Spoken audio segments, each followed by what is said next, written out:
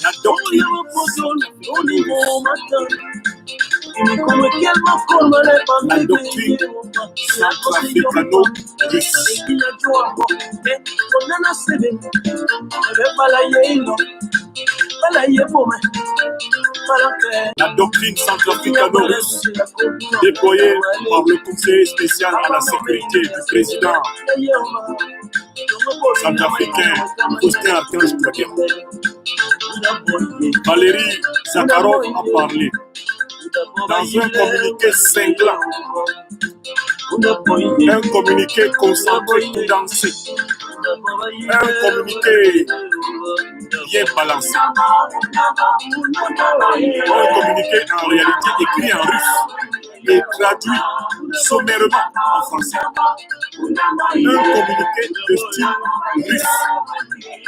Je vous salue.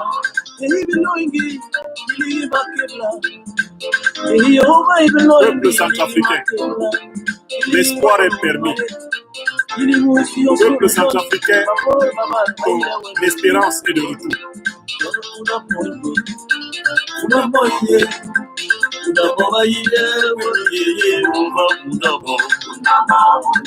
Bonsoir à tous. Bonsoir à l'Afrique des libertés. Nous allons parler de doctrine stratégique ce soir. Nous allons analyser un communiqué saillant du conseiller spécial russe du président de la République centrafricaine. Il s'appelle Valérie Zakharov. Il s'est exprimé. Son communiqué se trouve sur sa page Twitter.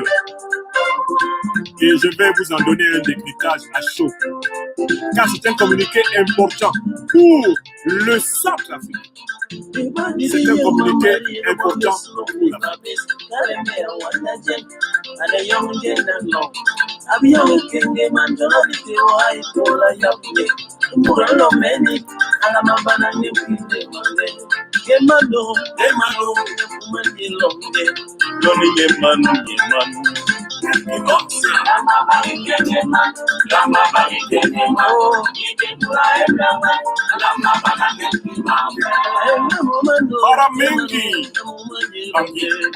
Maramingi, quoi?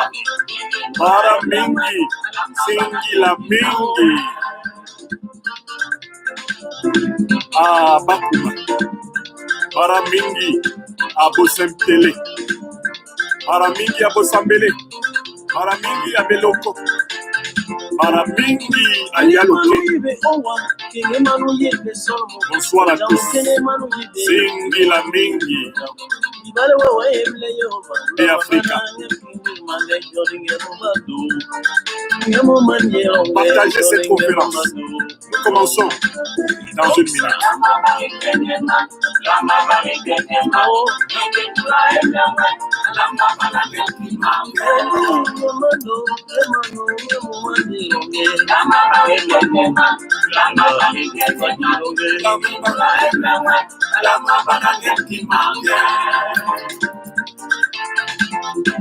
Viva Africa!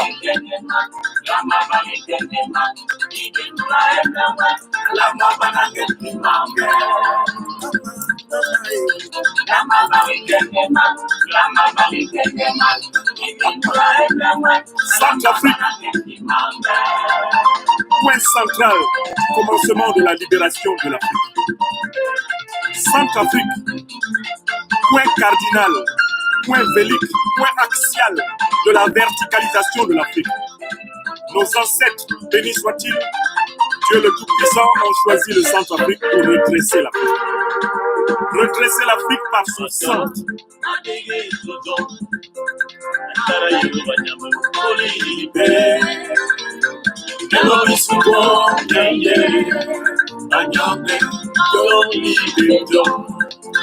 Yo, my melody so long, yeah, yeah. I can't be too young, big dog. Oh, I can't be too young. Where I'm like, melody so long, yeah, yeah. I can't be young, big dog.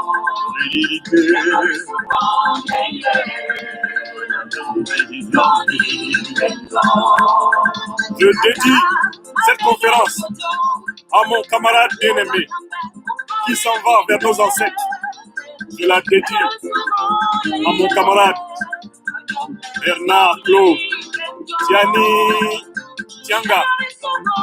Bernard Claude Tiani Tianga qui demain, 13 février, se mettra en route pour rejoindre nos ancêtres.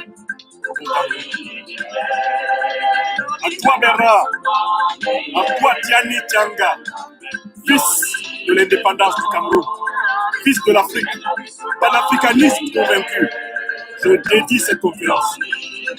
Bernard, Tiani Tianga, tu n'es pas encore parti. Tu m'entends, tu es là. Tu nous assistes avant de rejoindre nos glorieux ancêtres. Et d'attendre ta nouvelle mission auprès de Dieu le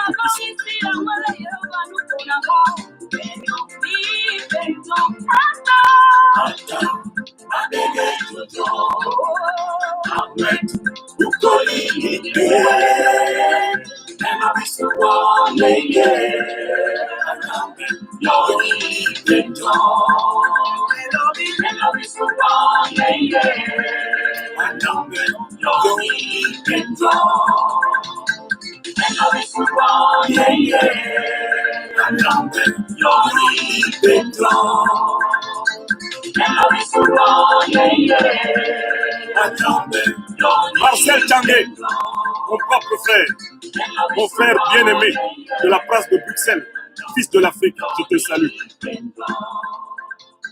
Chers amis, je vous souhaite la bienvenue à cette conférence consacrée à analyser un moment d'accélération de l'histoire du Centrafrique, un moment que nous ne voulions pas laisser passer, un moment central d'accélération de l'histoire centrafricaine qui ne doit pas vous échapper.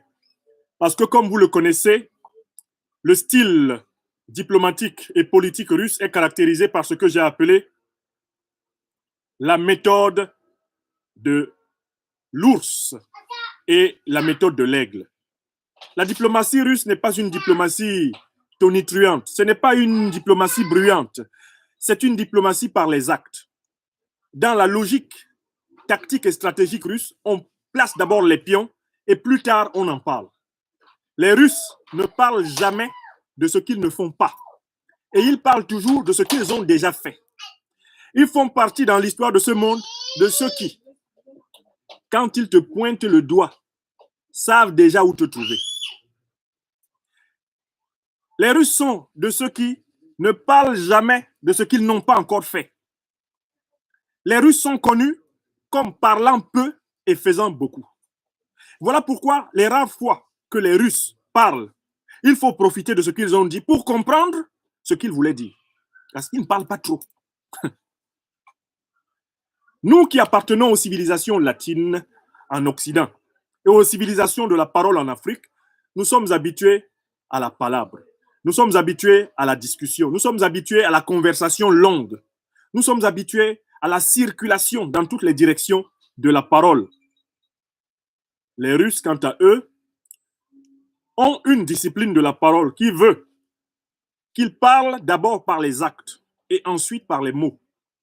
Alors qu'un peu partout ailleurs, les gens ont d'abord tendance à parler par les mots avant de parler par les actes. Chez les Russes, l'action est la parole. L'action est la parole première. Si on pouvait lire l'évangile de Saint Jean à la mode russe, on ne dirait pas au commencement était la parole.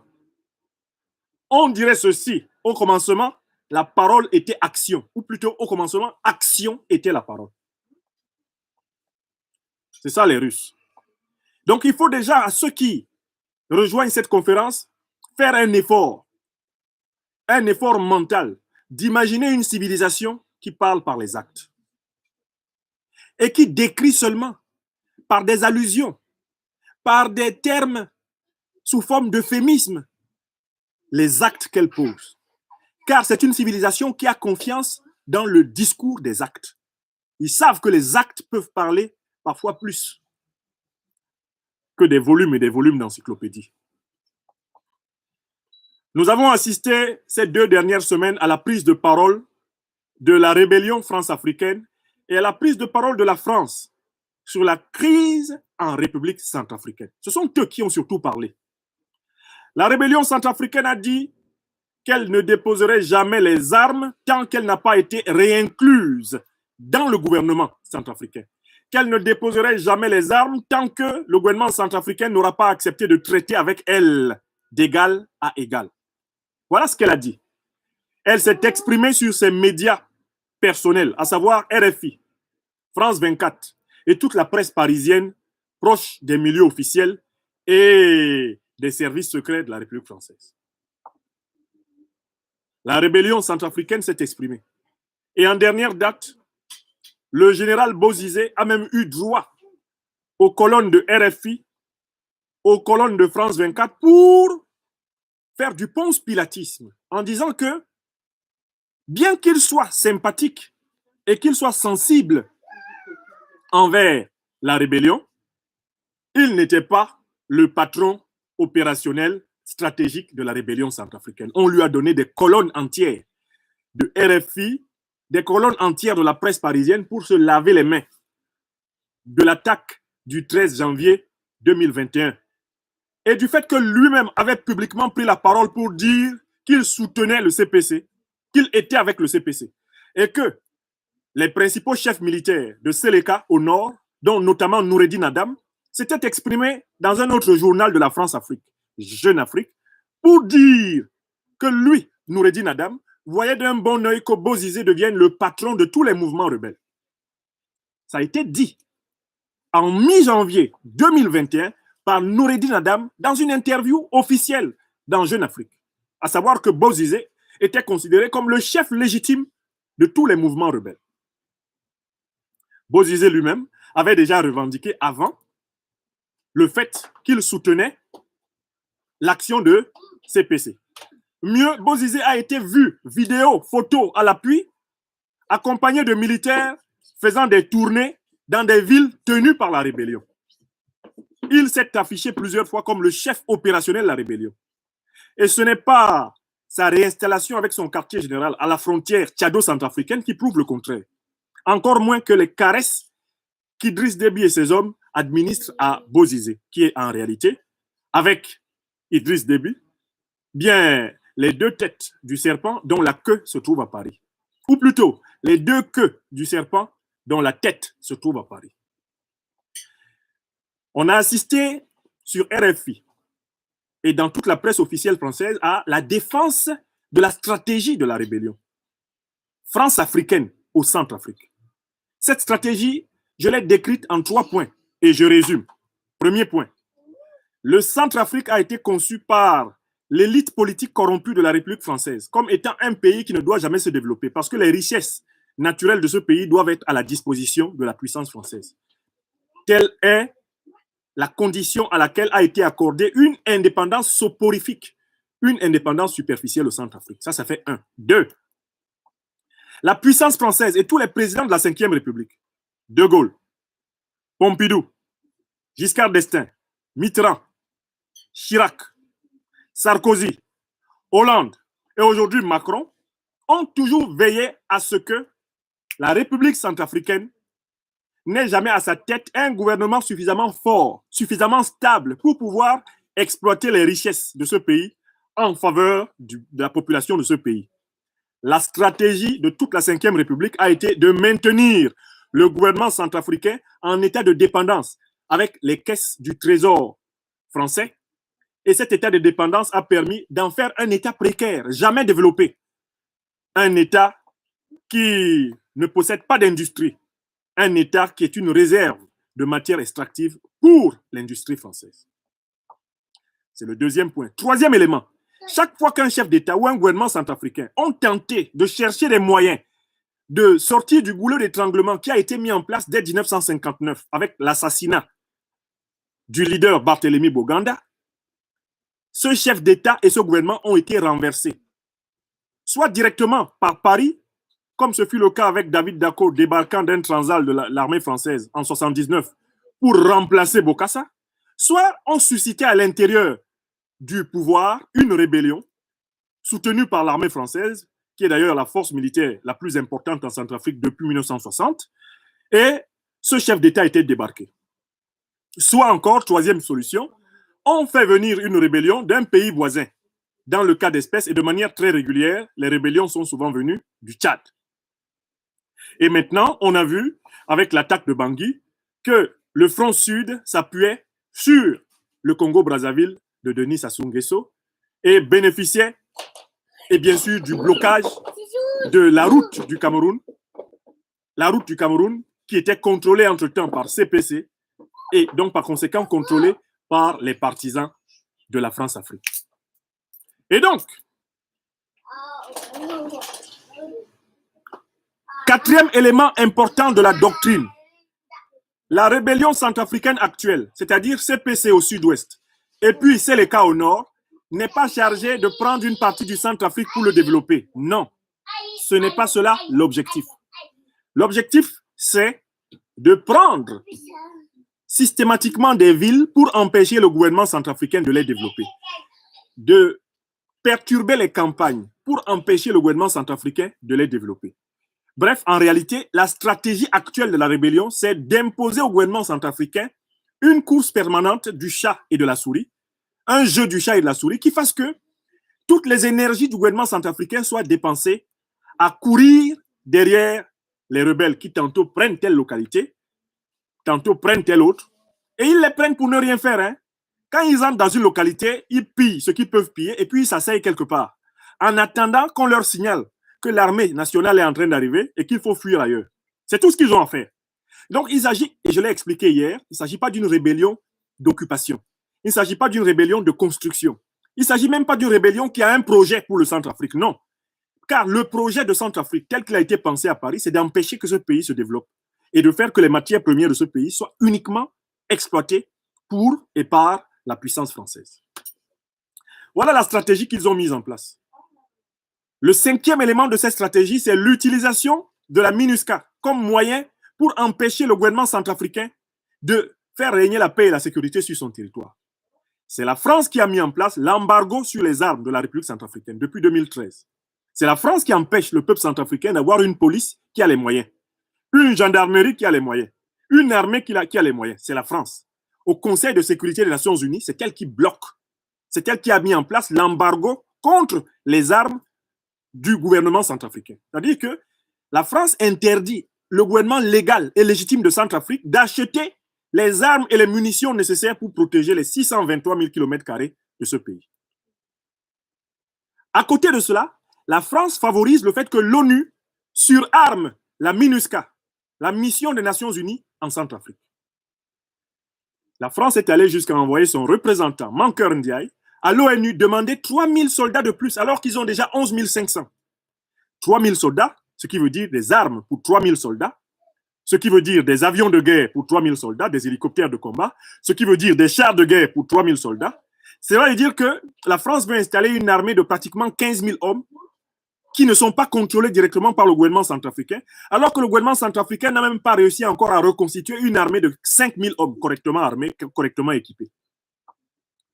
À travers la MINUSCA, la France veut imposer à la République centrafricaine, au peuple centrafricain, la présence d'armées étrangères qui vont l'empêcher de se développer. Car la MINUSCA, vous le voyez très bien, n'a pas été capable de combattre la rébellion. Elle est complètement inapte à combattre la rébellion, d'abord parce que ce n'est pas son objectif, et ensuite parce que, étant contrôlée par la France, la MINUSCA, systématiquement, est priée de garder l'arme au pied lorsque les rebelles attaquent. Comme on l'a vu lors de la prise de Bangui, où l'engagement de la MINUSCA était quasi nul. La MINUSCA a perdu environ 2 hommes. Mais dites-moi, dans la défense d'une capitale, une armée qui est composée de 11 500 hommes, perd 2 hommes dans l'attaque d'une capitale par des milliers d'hommes. Cette armée perd 2 hommes. Et en face, combien d'hommes a-t-elle fait tomber? Donc, on sait très bien que la MINUSCA ne sera pas capable de restaurer la paix en Centrafrique. La MINUSCA est là pour paralyser le gouvernement centrafricain.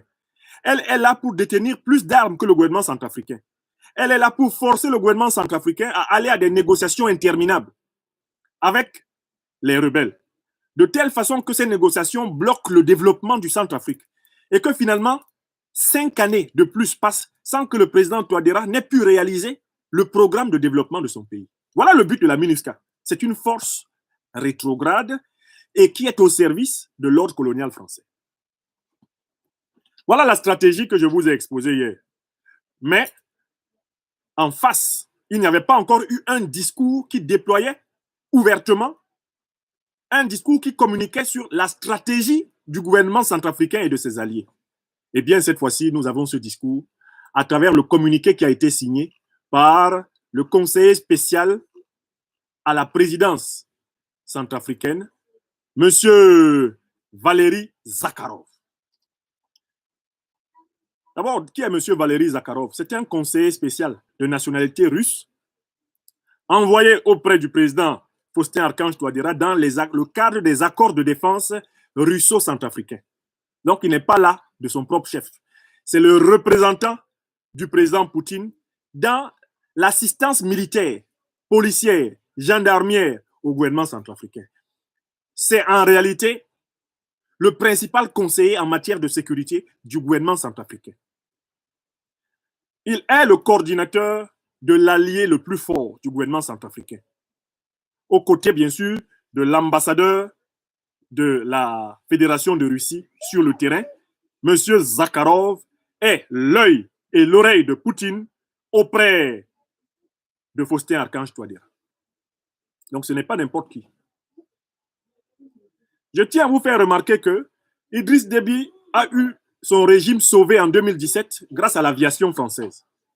Je tiens à vous faire remarquer que le président Faustin-Archange Touadéra a eu son régime sauvé de décembre 2020 à janvier 2021 grâce à l'aviation russe. C'est parce que l'aviation russe a pris les commandes du ciel centrafricain que dans la bataille terrestre, les forces armées centrafricaines peuvent évoluer en sérénité, car elles bénéficient de la couverture de la deuxième armée du monde. Ce sont les œuvres de Valéry Zakharov. C'est par ce conseiller Valéry Zakharov que le gouvernement russe a pu obtenir au niveau du Conseil de sécurité une levée partielle de l'embargo qui a permis de commencer l'équipement de l'armée centrafricaine. C'est par ce conseiller qu'au quotidien, le gouvernement centrafricain indique à ses ennemis, à ses adversaires, sa détermination à les vaincre. Chaque fois que ce conseiller sort, on sait que c'est la volonté profonde du président Touadéra qui s'exprime, parce que le président Touadéra est son chef et il s'exprime en tant que conseiller à la présidence en charge de la sécurité. Mais on sait aussi que ce conseiller est russe et que le président Vladimir Poutine est aussi son chef. Donc quand Valéry Zakharov parle, c'est la synthèse de la parole de Poutine et de Touadéra. Je recommence. Voilà pourquoi il faut bien suivre les tweets de M. Valéry Zakharov sur son compte Twitter. Quand il parle, en fait, vous entendez 2 voix dans la voix de Zakharov. Il y a 2 voix dans sa voix. Il y a la voix du gouvernement centrafricain, dont il est le conseiller chargé des affaires de sécurité nationale. C'est-à-dire, en réalité, dans le shadow cabinet du président Faustin-Archange Touadéra, c'est lui, le ministre de la Défense. Dans ce qu'on appelle le shadow cabinet, vous savez que les régimes présidentiels ont toujours au palais présidentiel un doublon du gouvernement. Donc, qui permet donc de travailler en efficacité avec chaque ministre. Tout ce qui concerne la sécurité du Centrafrique. Il y a le chef suprême des forces armées, le président Faustin-Archange Touadéra. Il y a son conseiller spécial chargé de la sécurité. Il y a ses ministres de la Défense. Il y a ses ministres de la Sécurité. Et ils sont connectés directement au président Faustin-Archange Touadéra, lequel a à ses côtés, en permanence, le conseiller spécial Valéry Zakharov. Quand il parle, ce que vous entendez là, c'est la pensée de Poutine aussi. Car c'est le président Poutine qui l'a envoyé auprès du président Touadéra en lui disant, président Touadéra, je vous mets à disposition un homme compétent, un spécialiste russe en matière de défense qui va vous assister au quotidien. Il vivra avec vous en Centrafrique jusqu'à l'indépendance réelle, totale du Centrafrique. C'est très fort. Donc, quand ce monsieur parle, il faut prendre ce qu'il dit au sérieux parce que quand il parle, vous entendez en réalité deux voix unies à travers lui. La voix des présidents Poutine et Touadéra. Écoutons-le donc. Il a dit ceci dans un communiqué de presse fait à Bangui le 11 février 2021. Il a dit ceci. J'ai été et je reste attaché au processus de paix mené par le président Faustin Archange Touadéra. Ça c'est la première phrase. Je vais lire les phrases en les corrigeant parce que je tiens à vous informer que ce monsieur, Valéry Zakharov, qui publie en français, est beaucoup plus à l'aise en russe. Et donc, en fait, les textes français que vous voyez là, manifestement, il les écrit d'abord en russe. Il les écrit d'abord en russe. Ensuite, il les traduit en français. Donc, vous verrez que dans le communiqué, la traduction n'est pas parfaite. Sans doute parce qu'il utilise en partie des moyens de traduction automatique, ne voulant pas partager ses intentions avec tout le monde. Il organise de manière privative la traduction de ce qu'il veut dire. Ce qui fait que vous allez constater que le communiqué, en fait, on voit très bien que ça a été écrit dans une autre langue d'abord et que ça a été traduit ensuite en français. Ça donne donc la phrase « J'ai été et je reste être attaché au processus de paix mené par le président Faustin Archange Touadéra ». Mais l'expression « je reste être » en russe comme en allemand est très intéressante. Sein bleiben, parce que je connais l'allemand. Bleiben sein, rester être. C'est une formule typique du russe et de l'allemand. Donc, je vais insister d'abord là sur ce verbe-là. Lui, il dit qu'il reste être attaché. C'est-à-dire que, dès la première phrase de ce communiqué, ce monsieur nous dit ceci. Je suis chevillé au succès du processus de paix mené par le président Faustin Archange Touadéra. Comme vous connaissez les petits mots que j'ai créés dans nos conférences, je suis embougique. On ne peut pas me dévier de l'axe de ce que le président Faustin Archange Touadéra veut pour le Centrafrique. Donc la première phrase du communiqué est d'abord un acte d'allégeance, un acte de loyauté, un acte de fidélité, un acte d'attachement au chef de l'État légal et légitime du Centrafrique. Valéry Zakharov commence d'abord par indiquer son pilier. Il commence par indiquer son axe. Il commence par affirmer sa loyauté. Il commence par affirmer sa fidélité. Voilà pourquoi il utilise une formule qui vient du russe et qu'on trouve en allemand. Bleiben sein. Sein bleiben. Rester être. Il dit je reste. J'ai été. Ça c'est le passé. Et je reste être. C'est-à-dire que dans son devenir, son attachement se développe sous la forme d'une dialectique active. Rester être.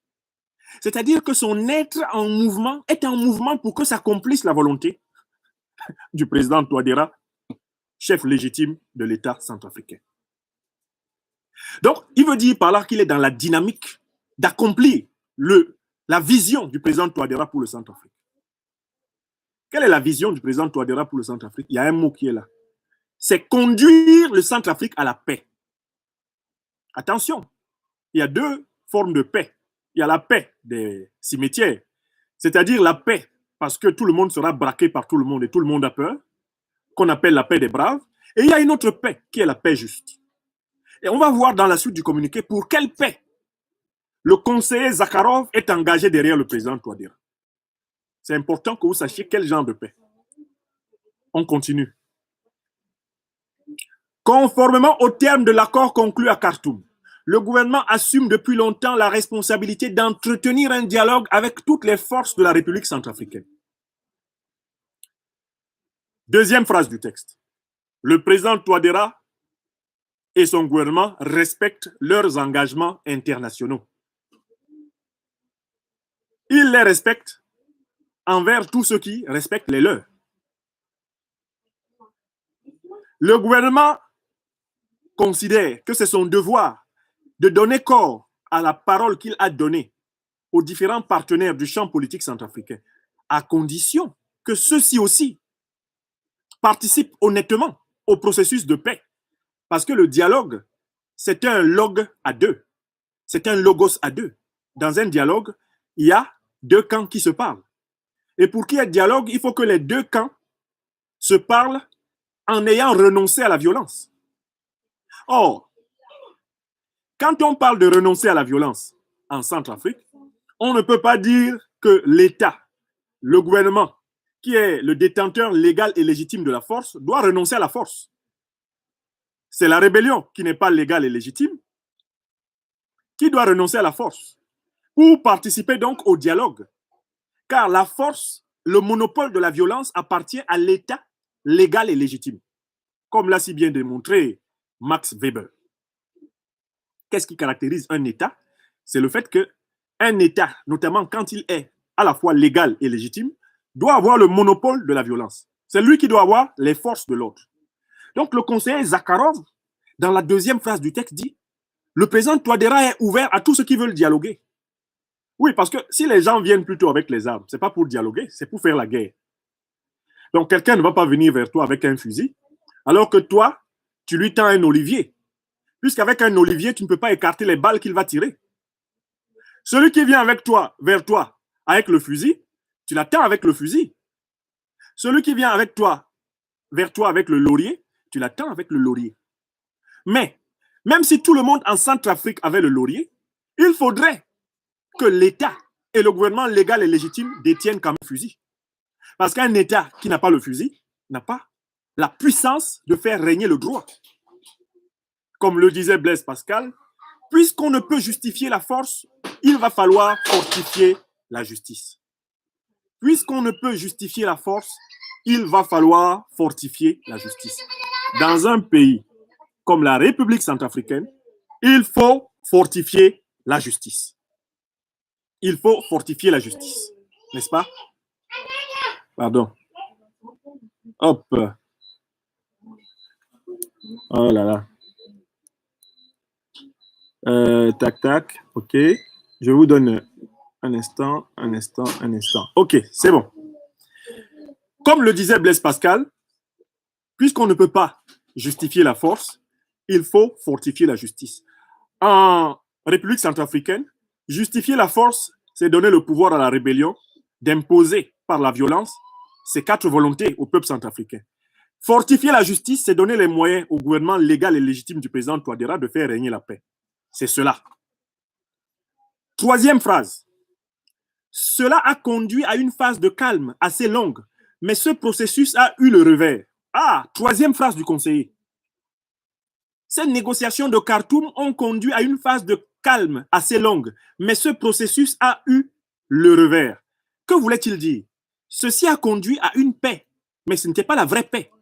C'était un calme apparent, car la rébellion était encore armée. Et elle était même en train de s'armer plus que le gouvernement. Voilà pourquoi le processus a eu un revers. Voilà ce que dit le conseiller. La paix négociée à Khartoum n'est pas la vraie paix parce que la rébellion a conservé les armes dressées contre le pouvoir. En prétendant en même temps ne plus être dans la belligérance, la rébellion ne s'est pas désarmée. Quatrième phrase. Croyant de profiter du temps de paix et des bonnes intentions du gouvernement, les criminels et militants d'opposition ont montré leur vraie couleur. Et donc, ils ont décidé de jeter à bas cet accord. Quatrième phrase. Il y avait une fausse paix en République centrafricaine. C'était une paix dans laquelle tout le monde avait encore les armes. CPC a ses armes, Seleka a ses armes, le gouvernement et les FACA ont leurs armes, la MINUSCA a ses armes, et il y avait une espèce de tranquillité. Le conseiller Valéry Zakharov nous fait remarquer que cette tranquillité était fausse. C'est ce que j'ai appelé tout à l'heure la paix des braves, c'est-à-dire en réalité l'équilibre de la terreur. Aujourd'hui, le conseiller Zakharov s'exprime pour dire que la paix qui consiste en l'équilibre de la terreur, une paix dans laquelle tout le monde est armé, et où il y a la paix uniquement parce que chacun a peur de chacun, ce n'est pas la vraie paix. Ce n'est pas la paix juste. Il est temps de construire une paix juste. Et là, nous allons nous intéresser à la 5e phrase du communiqué. La République centrafricaine a une loi qui devrait protéger toute la population du pays comme dans la capitale, tant que dans les régions les plus éloignées de la République. J'améliore la phrase. La République centrafricaine a une loi qui devrait protéger toute la population du pays dans la capitale comme dans les régions les plus éloignées de la République. C'est la traduction du français au russe qui alourdit la phrase. Mais qu'est-ce qu'il veut dire? Que désormais, la loi, la seule loi qui doit régner dans toute la République centrafricaine, c'est la constitution de la République centrafricaine. Attention, ça c'est la pensée du président Touadéra, c'est la pensée du président Poutine. Donc on a une chance extraordinaire. Le président Touadéra et le président Poutine sont d'accord pour faire triompher la constitution centrafricaine. Le droit constitutionnel centrafricain doit contrôler chacun des 623 000 mètres carrés de ce pays. Ah là, ça ne va pas rigoler du tout. Entendez ce que ça veut dire. Ça veut dire que la décision du gouvernement centrafricain et de son allié russe est de faire que la rébellion de la France-Afrique en Centrafrique n'est même plus une seule localité. Et écoutons la suite. Nous passons à la 1, 2, 3, 4, 5, 6e phrase. Écoutez la 6e phrase. De Beloko à Birao et de Bangassou à Kabo, tout le monde doit respecter la loi. C'est-à-dire que le conseiller Zakharov trace une croix sur tout le territoire centrafricain. Il dit de haut en bas et de gauche à droite, en passant par le centre, la loi, c'est-à-dire la constitution de la République centrafricaine doit s'appliquer. C'est-à-dire que le gouvernement centrafricain déclare la guerre totale à tous ceux qui occupent le moindre recoin du territoire centrafricain. Attention, il dit ceci, le gouvernement centrafricain va faire régner la constitution centrafricaine sur toute la terre de Centrafrique, dans tous les fleuves de Centrafrique, dans tous les sous-sols de Centrafrique, mais aussi dans les airs. Suivez-moi du regard.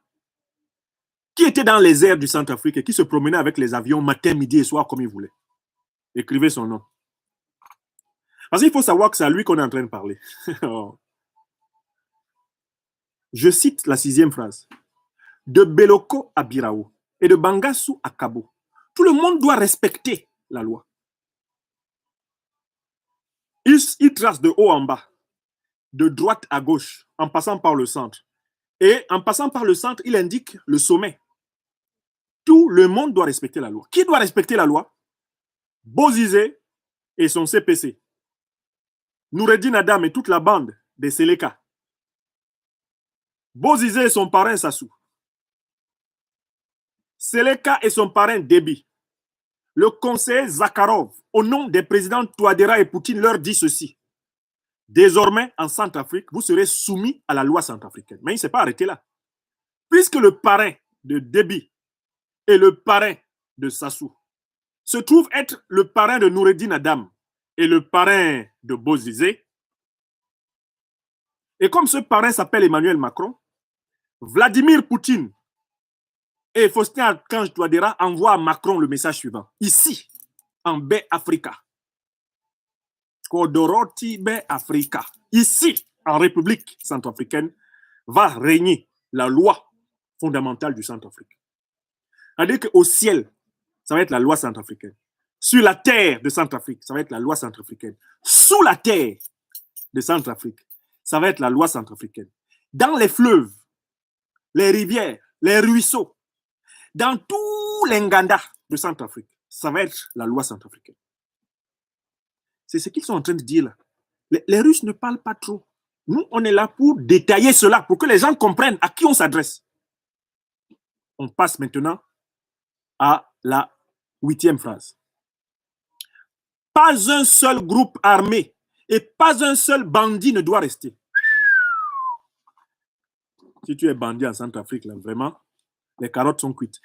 Pas un seul groupe armé et pas un seul bandit ne doit rester dans une heure difficile pour le pays qui a pris les armes, s'est opposé au peuple centrafricain. Bon, je réécris la phrase parce que c'est de la traduction du russe. Il ne doit pas rester un seul groupe armé en Centrafrique. Il ne doit pas rester un seul bandit en Centrafrique. Dans une période aussi difficile pour le peuple centrafricain, il ne sera pas toléré que quelqu'un prenne les armes contre le peuple. C'est ce que le conseiller a dit. Donc, le conseiller s'adresse à la rébellion du Nord. Il dit c'est terminé. Pliez bagage.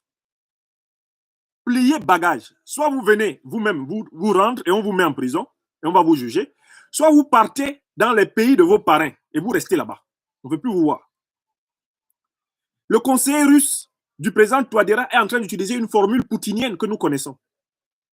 Vladimir Poutine, quand il poursuivait les terroristes dans son pays, avait dit qu'il allait les poursuivre jusque dans les chiottes et qu'il est prêt à les buter même dans les chiottes. C'est ce que Zakharov est en train de dire. C'est le même langage parce que eux, ils ne durent pas dans mauvais rêves, comme on dit à Abidjan. Il dit, et écoutez-moi bien, rebelles de la France-Afrique au nord du Centrafrique, rebelles de la France-Afrique au sud du Centrafrique. Écoutez ce que le conseiller a dit. Il a dit qu'aucun d'entre vous ne sera toléré. Soit vous déposez les armes, soit vous tombez avec les armes, soit vous partez en exil tout de suite. Pour ceux d'entre vous qui êtes centrafricains, et pour ceux qui ne le sont pas, vous rentrez chez vous. Avec ce monsieur-là, non, son communiqué est dense. On continue. 9e phrase. Certains groupes militaro-politiques ont franchi la ligne rouge. Attention, hein. Le Kremlin. Vous connaissez le Kremlin? C'est le pays des tsars rouges. Ils ne parlent pas comme ça par hasard. Quand ils disent rouge, c'est vraiment rouge. Hein? Le rouge a une signification dans la symbolique politique russe. Hein? Certains groupes militaro-politiques, est-ce que vous entendez bien militaro-politique? C'est-à-dire que le conseiller russe du président Touadéra dit qu'il sait qu'une partie de l'opposition politique est associée à la rébellion centrafricaine. Par conséquent, elle est associée à la France-Afrique. Par conséquent, elle est associée à la déstabilisation du Centrafrique. Oui, oui, oui. Et j'en profite pour rappeler aux uns aux autres qu'on a le droit de dire la Centrafrique ou le Centrafrique. Moi, je dis toujours le Centrafrique. Et je suis en cela la doctrine du père fondateur de l'indépendance et de l'émancipation centrafricaine, Barthélemy Boganda, qui parlait du Centrafrique. Parce qu'il était conscient que ce pays était le centre de l'Afrique. Moi, je dis le Centrafrique. Ceux qui ont insisté sur la Centrafrique voulaient en faire leur épouse.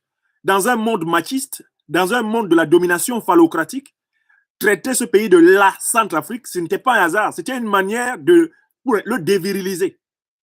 C'était une manière de le traiter comme on traite les femmes dans les sociétés machistes. Donc, je ne dis pas la Centrafrique. Je dis le. Parce que moi, je veux insister sur le fait que c'est le centre de l'Afrique. Notez-le, pour ceux qui aiment les polémiques oiseuses. Le conseil continue. Certains groupes militaro-politiques ont franchi la ligne rouge, se refusaient d'accomplir les termes de l'accord signé à Khartoum et ils ne peuvent plus faire partie du processus politique. Je réécris la phrase. Certains groupes militaro-politiques ont franchi la ligne rouge en refusant d'accomplir les termes de l'accord signé à Khartoum. Et par conséquent, ils ne peuvent plus faire partie du processus politique. C'est-à-dire, le président Touadéra et son allié, le président Poutine, disent que les discussions sur l'avenir du Centrafrique ne concernent pas ceux qui ont trahi l'accord. Je recommence. Les discussions sur l'avenir du Centrafrique ne concernent pas ceux qui ont trahi l'accord de Khartoum. Mais elles concernent essentiellement ceux qui l'ont respecté. Parce que quelqu'un qui a trahi l'accord est déjà hors de l'accord. Et comme il est hors de l'accord, il est donc dans un rapport de force. S'il ne peut pas gagner le rapport de force, qu'il aille au diable vauvert. Je recommence. Quand nous passons un accord, si tu le trahis, tu as rompu l'accord unilatéralement. Tu ne peux pas vouloir bénéficier des avantages de l'accord alors que tu ne veux pas respecter les inconvénients. Nous signons un accord. Tu ne respectes pas ta part. Après, je remporte la bataille du terrain et tu me demandes de respecter l'accord. Il y a un problème là. Mon ami, si tu voulais profiter de l'accord, tu respecterais l'accord. Et comme cela, nous serions mutuellement bénéficiaires de l'accord. Mais tu n'as pas respecté l'accord. Moi, je l'ai respecté. Et comme tu ne l'as pas respecté, je me suis battu, je me suis débrouillé pour te vaincre. Comme je t'ai vaincu, ne me parle plus d'accord. L'accord concerne ceux qui sont d'accord avec l'accord. L'accord ne peut pas concerner ceux qui sont en désaccord avec l'accord et qui ne sont en accord avec l'accord que dans les aspects où l'accord est d'accord avec leurs accords. Non. Tu respectes tout l'accord et on est d'accord. Tu ne respectes pas tout l'accord et on n'est pas d'accord. Tu ne peux donc pas venir après que j'étais vaincu sur le terrain et me dire, et notre accord là qu'on avait fait avant que je ne viole l'accord, qu'est-ce que tu en penses? Revenons-y. Non. Et c'est un principe qu'on connaît. Nul ne peut se prévaloir de cette turpitude. Je vais dire, bon, tu bois une bière, deux bières, trois bières, quatre bières, cinq bières, six bières, sept bières, huit bières, neuf bières, 10 bières. Ça commence à te faire mal à la tête. Tu vas accuser qui? Je dis sérieusement. On signe un accord. Tu ne respectes pas les termes de l'accord. Tu accuses qui? Accuse-toi toi-même. Voilà ce que dit le conseiller. Qu'il y a deux groupes d'hommes politiques en Centrafrique. Ceux qui ont respecté l'accord de Khartoum et avec qui le gouvernement va continuer la discussion, et ceux qui n'ont pas respecté l'accord de Khartoum avec qui le gouvernement ne continuera pas la discussion. Le général Bozizé n'a pas respecté l'accord de Khartoum puisqu'il a appelé CPC à renverser le gouvernement. Il est sorti de l'accord. Seleka au nord n'a pas respecté l'accord de Khartoum puisqu'ils ont continué à attaquer et à occuper militairement le territoire centrafricain. Ils sont sortis de l'accord. Les seuls qui sont restés dans l'accord sont ceux qui, ni de près ni de loin, ne se sont associés à l'attaque de Bangui contre le gouvernement légal et légitime. Je dis bien légal et légitime, pas seulement légal, mais légitime. Et ça continue. Phrase suivante. Les chefs de ces factions devraient désormais être interdits. Quand les Russes utilisent le conditionnel, il faut entendre par là un ordre. Parce qu'en russe, le conditionnel n'est pas nécessaire. Le conseiller Zakharov dit que tous ceux qui sont à la tête d'une faction rebelle ne sont pas admis aux négociations. Il n'y a pas à négocier avec eux parce que ça avait déjà été signé qu'ils devaient déposer les armes. Nous avons donc réussi. Nous avons déjà réussi. Non, non. La suite. Les FACA les attaquent avec succès dans plusieurs directions et ils se retirent de leur position.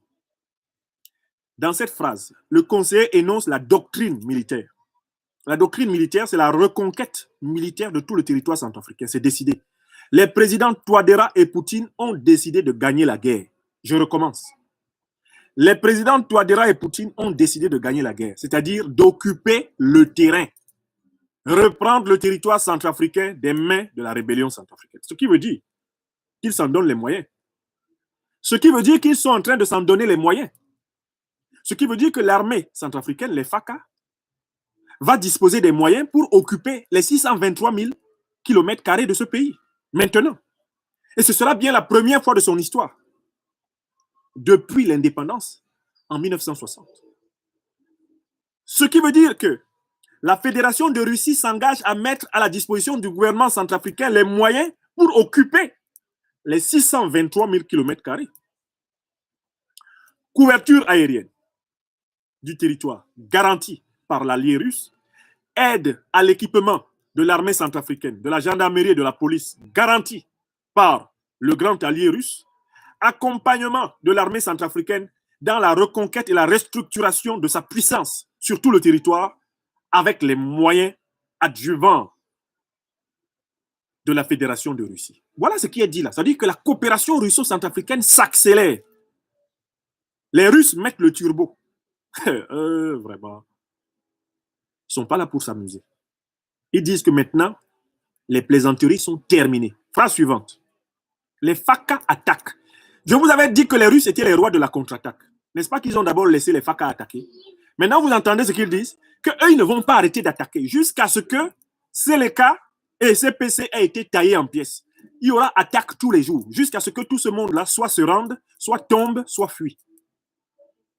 Donc, le conseiller chargé de la sécurité vient d'annoncer qu'il va y avoir une période de guerre permanente jusqu'à la victoire totale sur l'ennemi. Et cela avait déjà été énoncé dans plusieurs communiqués du Premier ministre Ngrebada et du ministre de la Sécurité, le général Wanze Lingisara.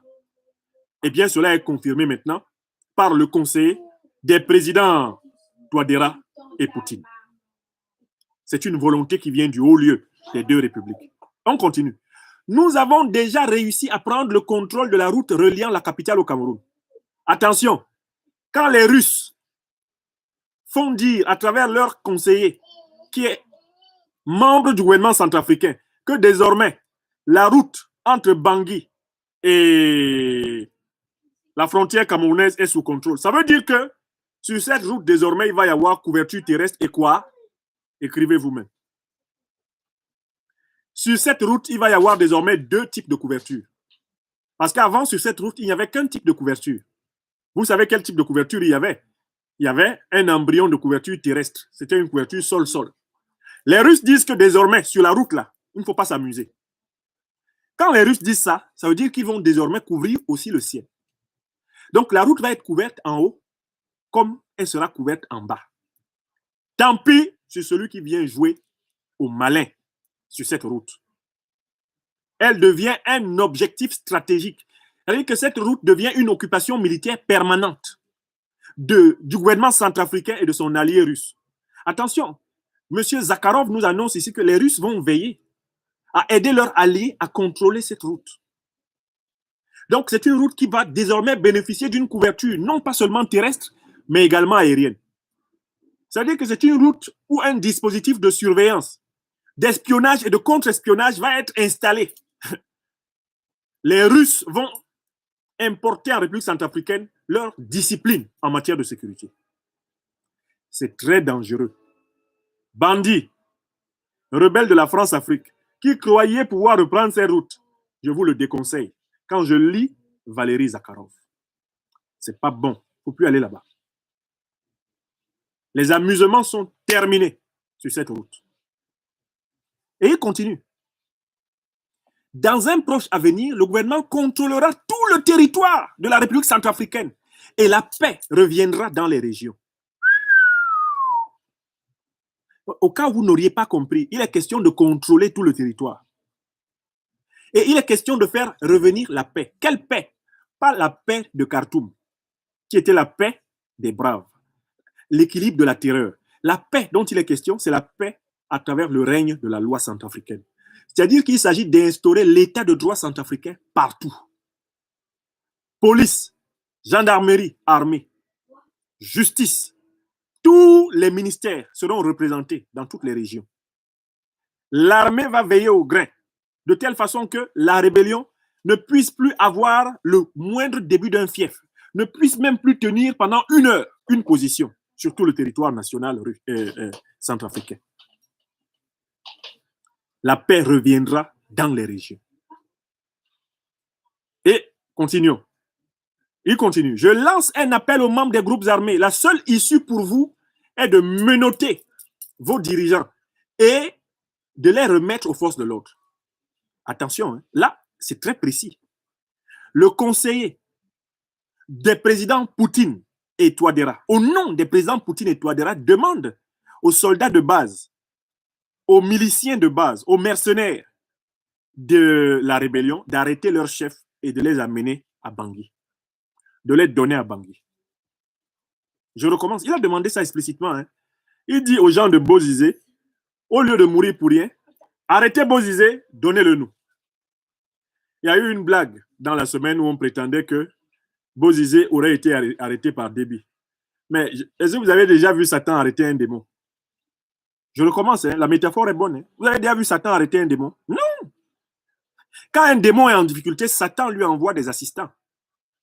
C'est pour ça que Satan fonctionne par légion. Il envoie des légions. Depuis quand Déby va arrêter Bozizé? Depuis quand Satan, un vice-Satan, peut-il attraper un démon? Non. S'il apprend que le démon est en difficulté, il lui envoie d'autres démons.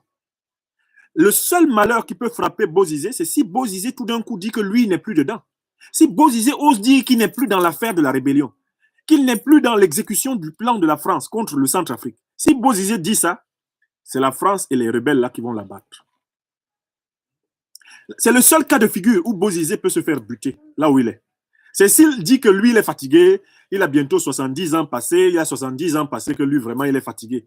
Il est fatigué, il a trop couru dans la forêt, il a le palu, il a mal au dos, que c'est bon. Si Bozizé dit ça, comptez ses jours. C'est même pas ses jours, comptez ses heures. C'est même pas ses heures, comptez ses minutes. Ce ne sont même pas ses minutes. compter ses secondes sur la terre. C'est le seul cas où ils l'élimineront. Mais tant qu'il est au service du plan d'attaquer le Centrafrique et de restaurer la suprématie de la France sur ce pays, il n'y a pas de problème. Déby n'osera jamais l'arrêter. D'autant plus que Déby et lui servent le même maître. Donc ne vous laissez pas distraire. Ce n'est pas le Tchad qui va libérer le Centrafrique. C'est le peuple centrafricain, son armée et son gouvernement qui vont libérer le Centrafrique. Ce n'est pas le Tchad. Ce n'est pas un pays étranger. Même la Russie ne peut pas libérer le Centrafrique si le peuple centrafricain, le gouvernement centrafricain, l'armée centrafricaine ne veulent pas être libres. Donc voilà. Et il dit, la paix doit venir. Il a écrit, la paix doit vendra en République centrafricaine et le développement doit commencer. Non. Corrigeons, parce que c'est une traduction. La paix doit advenir. Là encore, ce sont les verbes russo-allemands qui sont toujours des verbes de mouvement et des verbes d'état et des verbes de mouvement. Hein, ça renvoie ici à la notion de la Bewegung. En allemand, ce qu'on appelle le mouvement. C'est-à-dire que vraiment la paix doit venir dans le mouvement même du combat. C'est-à-dire que les combats qui sont menés pour chasser ces gens sont en train d'installer dialectiquement la paix. Et il y a dans cette phrase quelque chose de très important. Le développement doit commencer. Valérie Zakharov, je vous salue.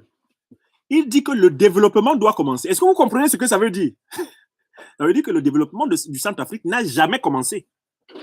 Est-ce que vous voyez que ça vient confirmer ce que je vous ai expliqué depuis longtemps? Que le Centrafrique n'a pas été conçu pour se développer.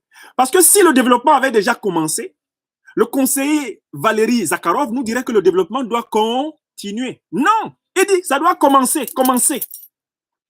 Le commencement du développement du Centrafrique n'a jamais eu lieu.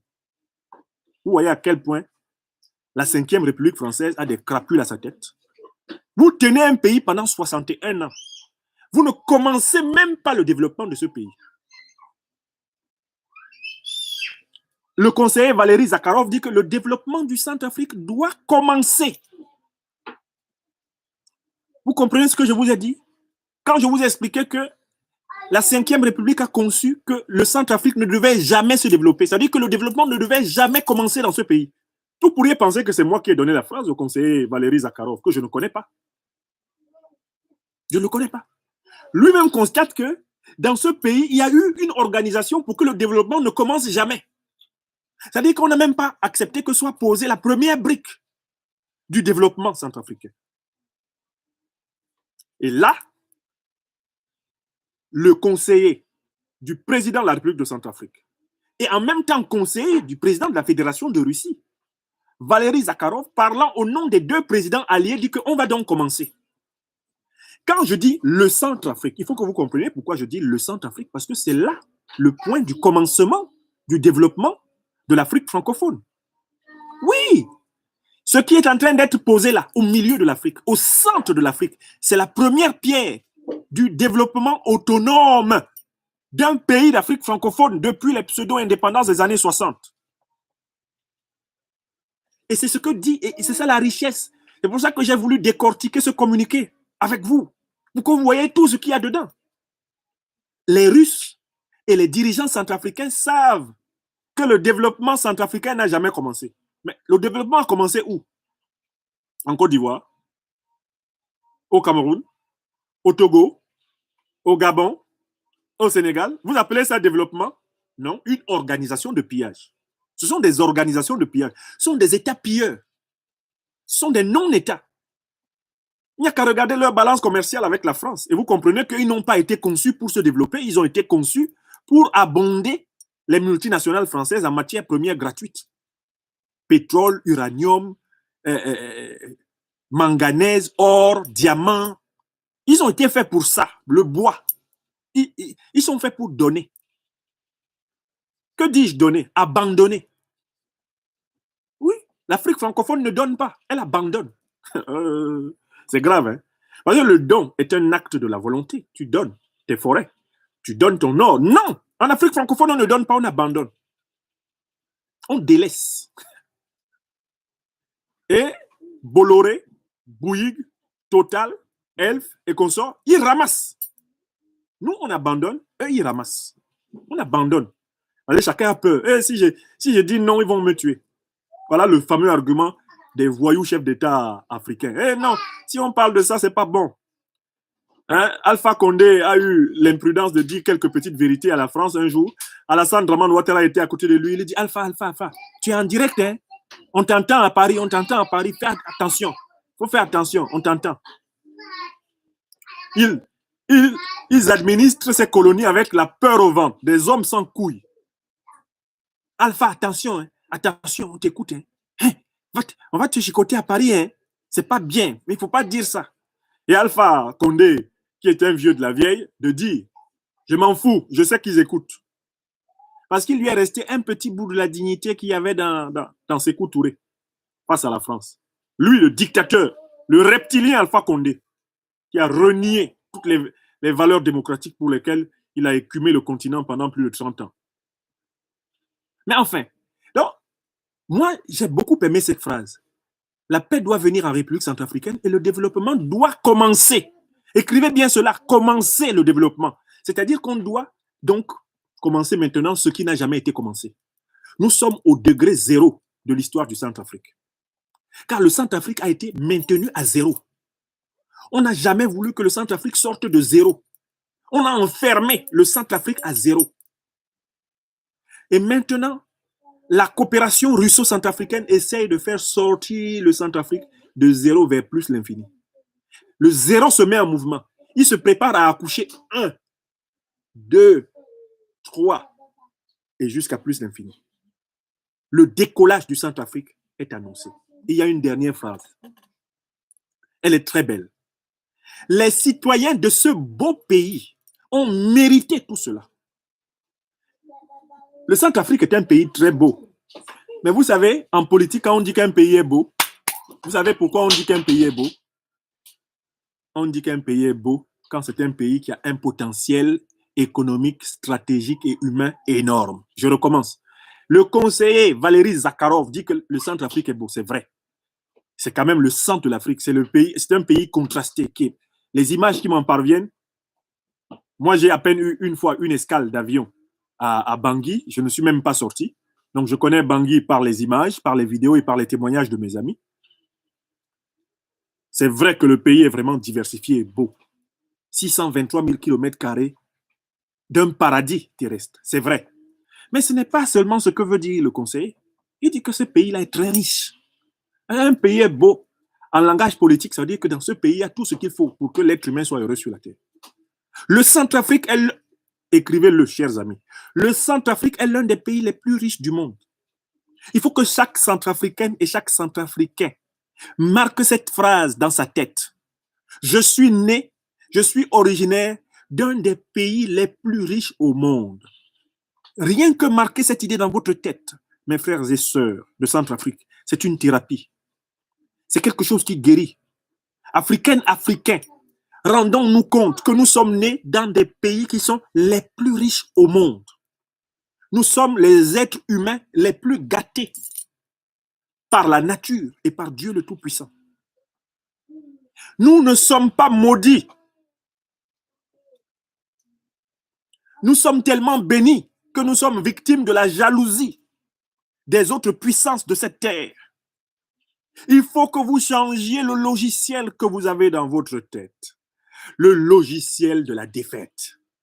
Le logiciel de l'acceptation de l'infériorité noire, de l'infériorité africaine. Le logiciel de l'acceptation de la fatalité, le démon de la fatalité. Rendez-vous compte, Africaines, Africains, que sur cette terre des hommes, nous sommes les êtres humains les plus gâtés. Et si nous sommes enviés, torturés, persécutés, c'est parce que nous sommes des êtres humains que la nature et Dieu ont donné, ont gavé dès la naissance. Et donc, il faut se dire, moi africaine, moi africain, moi centrafricaine, moi centrafricain, qu'est-ce que je fais pour mériter ce don de Dieu qu'est ce pays? Donc, il faut changer de discours, le discours intérieur. Quand nous nous parlons devant notre glace, il ne faut pas que nous nous parlions devant notre glace en utilisant le discours de l'auto-malédiction. Ouais, nous les Africains, on nous a vendus. Ouais, nous les Africains, On va s'en sortir quand? Non. Nous, les Africains, quand est-ce que nous allons nous organiser pour bénéficier de la bénédiction que la nature et Dieu le Tout-Puissant nous ont accordée? That is the question. The question is, when you, African, you will be organized so that you're going to benefit of this wonderful gift given by our Lord, given by nature, given by Mother Africa. That is the question. La question, ce n'est pas, est-ce qu'on nous a maudit? Non, la question c'est, quand est-ce que nous allons arrêter de nous maudire et nous bénir nous-mêmes en prenant toutes les initiatives intelligentes, courageuses, pour que le don que Dieu nous a accordé, nous en bénéficions, nous et nos enfants. Oui, l'Afrique est un don de Dieu aux Africains. Oui, c'est un don de Dieu aux Africains. L'expression qui consiste à dire « le Centrafrique est riche pour son malheur », c'est une expression mauvaise. Le Centrafrique n'est pas riche pour son malheur. L'Afrique n'est pas riche pour son malheur. Non. L'Afrique est riche pour son bonheur, à condition que les Africains et les Africaines se saisissent de la chance qu'ils sont et de la chance qu'ils ont. Parce que la chance, ça se mérite. Même dans la loterie, là, ça se mérite. Faire l'effort d'aller acheter le billet de loterie pour gratter, c'est déjà un effort. Est-ce que nous, Africains, la loterie de la nature, la volonté de Dieu a voulu que nous naissions sur les terres les plus riches du monde, est-ce que nous avons fait l'effort de mériter les terres que nous avons? Voilà la bonne question. Voilà la bonne philosophie. Voilà la bonne psychologie. Les citoyens de ce beau pays ont mérité tout cela. Il y a un mot important dans ce communiqué de M. Zakharov que je salue. La notion de mérite. Il faut mériter. La bénédiction ne marche pas si tu ne mérites pas la bénédiction. Même ton père qui te bénit, quand il te bénit, il te demande de travailler dur. Pourquoi il te demande de travailler dur? C'est parce que la bénédiction en elle seule ne transforme pas ta vie. Il faut que tu l'aies acceptée. Si tu n'as pas accepté la bénédiction, elle ne se dira pas en toi. Bénédiction. Benedicere, disent les latins. Dire le bien. Pour que la bénédiction te touche et te transforme, il faut que tu la reçoives, que tu l'acceptes. Il faut que toi-même, tu sois béni.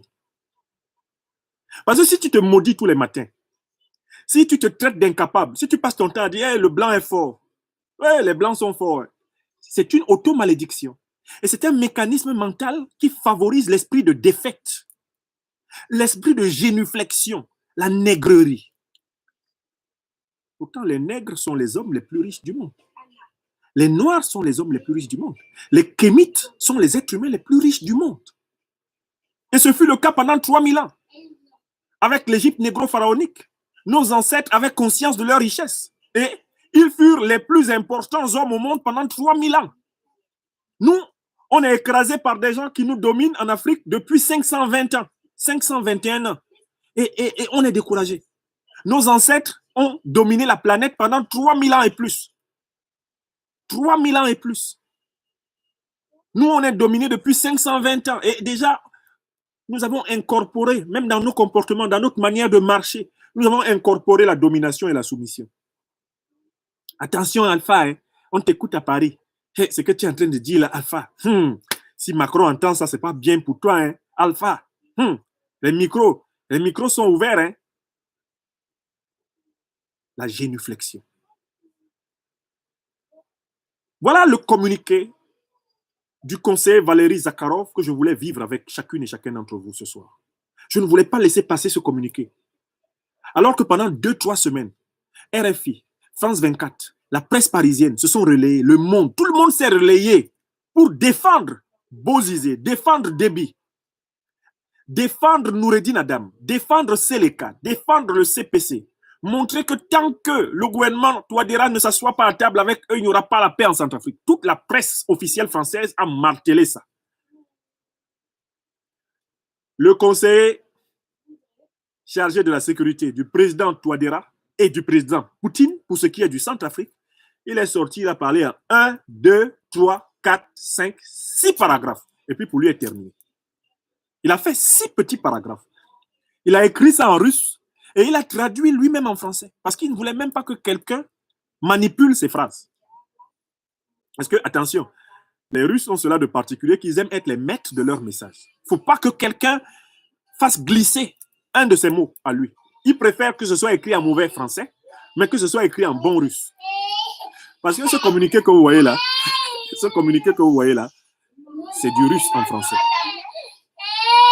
Ce communiqué que vous voyez là, c'est du russe en français. J'attends qu'Emma s'éloigne. Ce communiqué que vous voyez là, c'est du russe en français. Et j'aimerais que ceux des Africains qui savent parler le russe reviennent nous décrire les structures de la langue russe qu'il y a dans ce communiqué. Parce que ce sont des structures absolument riches. Le communiqué a d'abord été écrit en russe. Je suis sûr qu'en russe, ce communiqué est d'une beauté, d'une limpidité, d'une logique impeccable.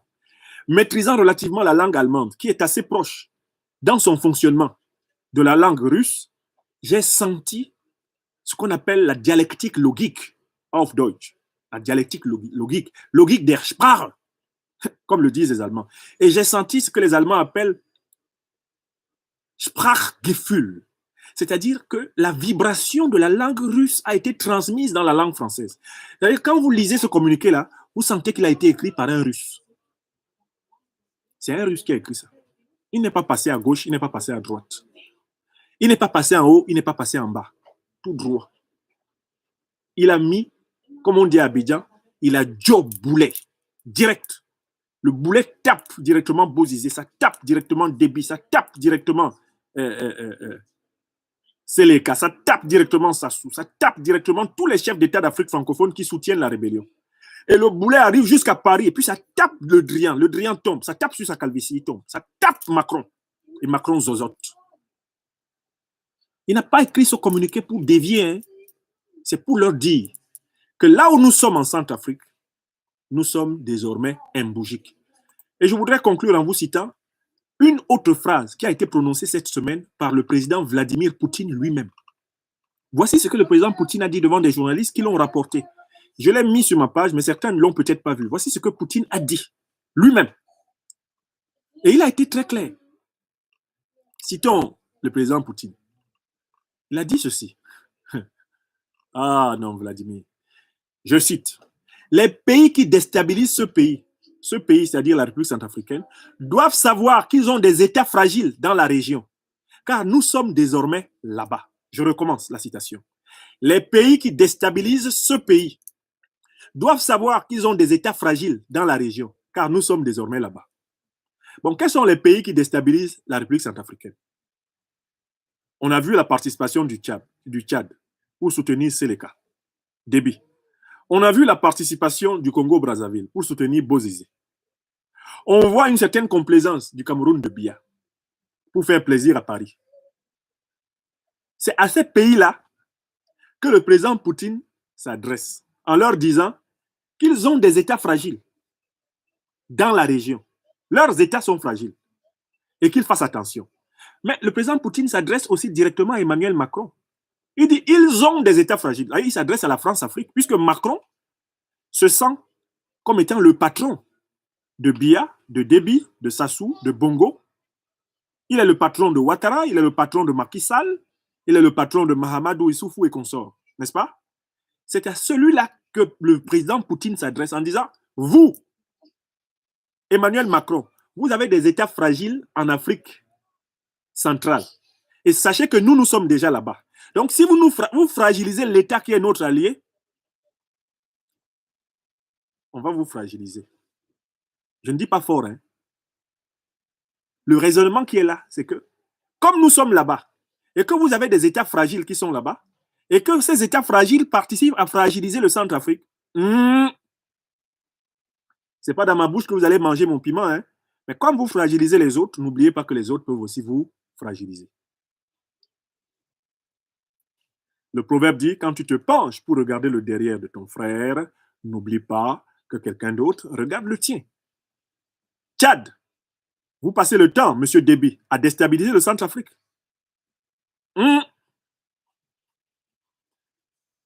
Congo-Brazzaville, vous passez le temps à assister Bozizé pour déstabiliser le Centrafrique.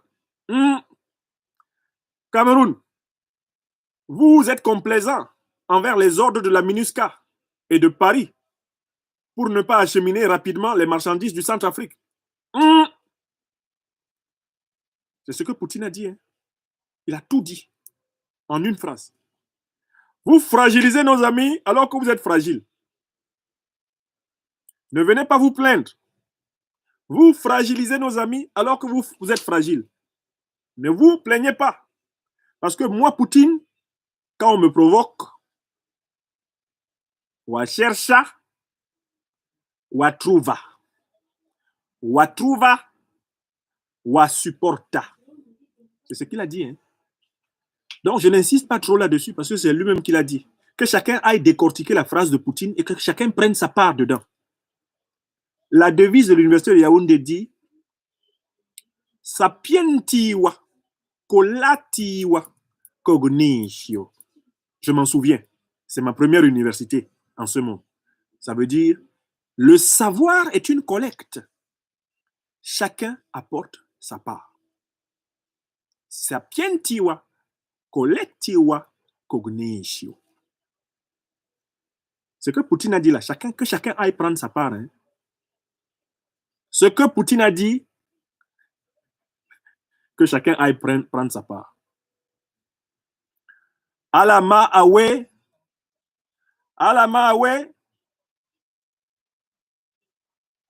normal longueur. Ojoa, wajoa, do you understand me?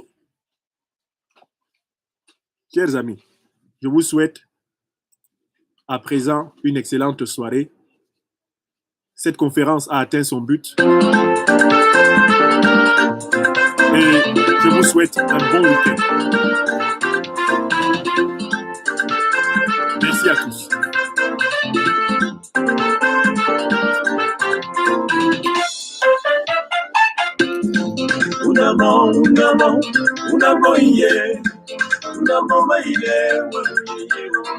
Alama awe.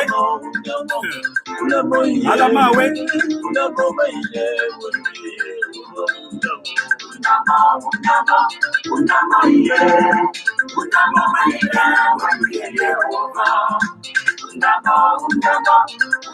Vous étiez 3000 personnes à suivre cette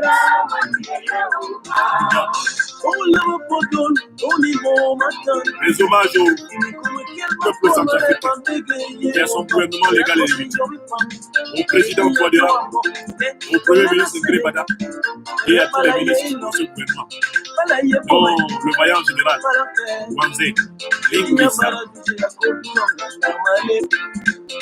Salutations et reconnaissance de l'Afrique au président Vladimir Poutine, allié du peuple centrafricain, allié du gouvernement légal et légitime de Centrafrique. Reconnaissance infinie des peuples d'Afrique aux soldats russes qui risquent leur vie pour protéger nos frères et sœurs en Centrafrique.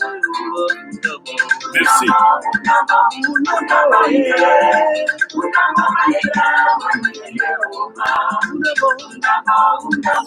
Et vous le savez, j'ai dédié cette conférence à mon camarade, à mon frère, à mon ami, Bernard Claude Tiani Tianga. Bernard Claude Tiani Tianga, qui est décédé et qui va rejoindre nos ancêtres à côté de ce week-end. Bernard Claude Tiani Tianga, de la terre de nos ancêtres soit les ailes. Je te dédie cette conférence,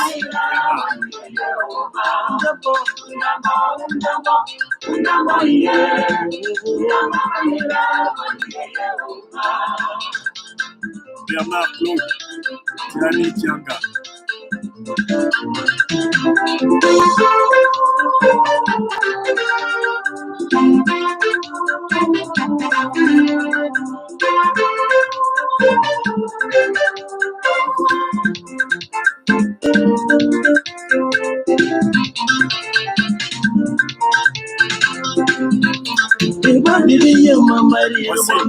Voici mon frère et ami Bernard. C'est ma manière de te dire au revoir. Bernard Claude Tiani Tianga. Que la terre de nos ancêtres soit légère.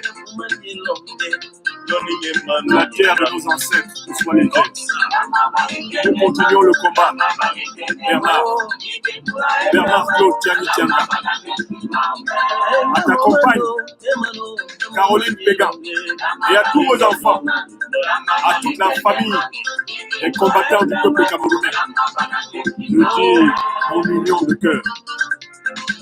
Et ce week-end, nous parlerons du Cameroun. Adieu Bernard.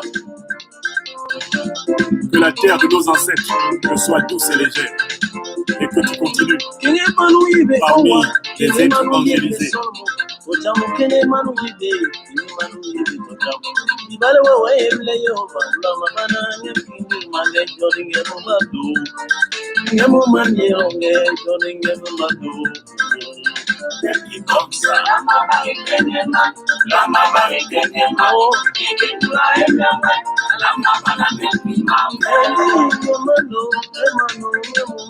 C'est dans la douleur qu'on connaît ses amis. C'est dans la solitude, c'est dans la souffrance qu'on connaît ses amis. Va en paix, Bernard. Tu fais partie des rares Camerounais à qui je pourrais m'adresser à toutes les heures, en toute confiance. Tu étais un homme de cœur, un vrai ami, un homme modeste, un homme humble. C'est ainsi que je te garderai dans mon cœur, cher frère. Tu étais de la génération des UP6 qui nous ont précédés ici en diaspora. Tu en savais plus que tu ne disais. Tu savais beaucoup de choses. C'est dommage. Une bibliothèque s'en va.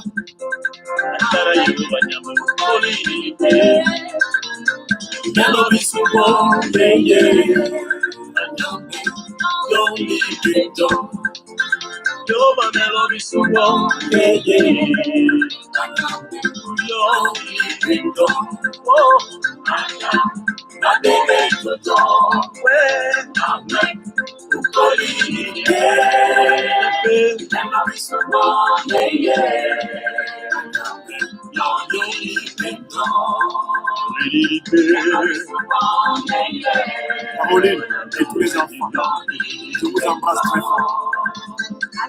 Nous sommes unis dans la douleur, comme nous le fûmes dans la joie. Que Bernard aille chez nous, qu'il aille chez nous au Cameroun, et qu'il repose, et qu'il continue le voyage de la vie. Qu'il rejoigne la voie lactée, qu'il traverse la constellation du chariot, et qu'il rejoigne les ancêtres évangélisés, et reçoive sa nouvelle mission.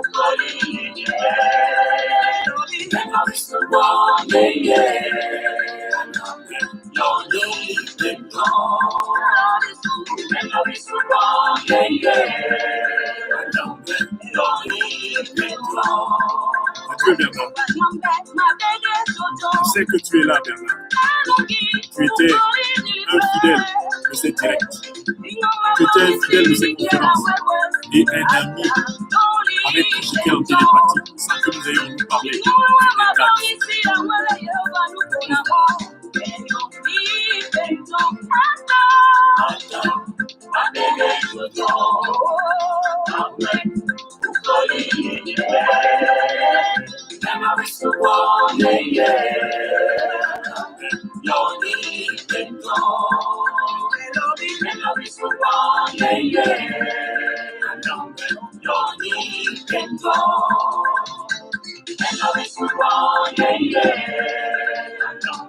Africain, africaine, merci.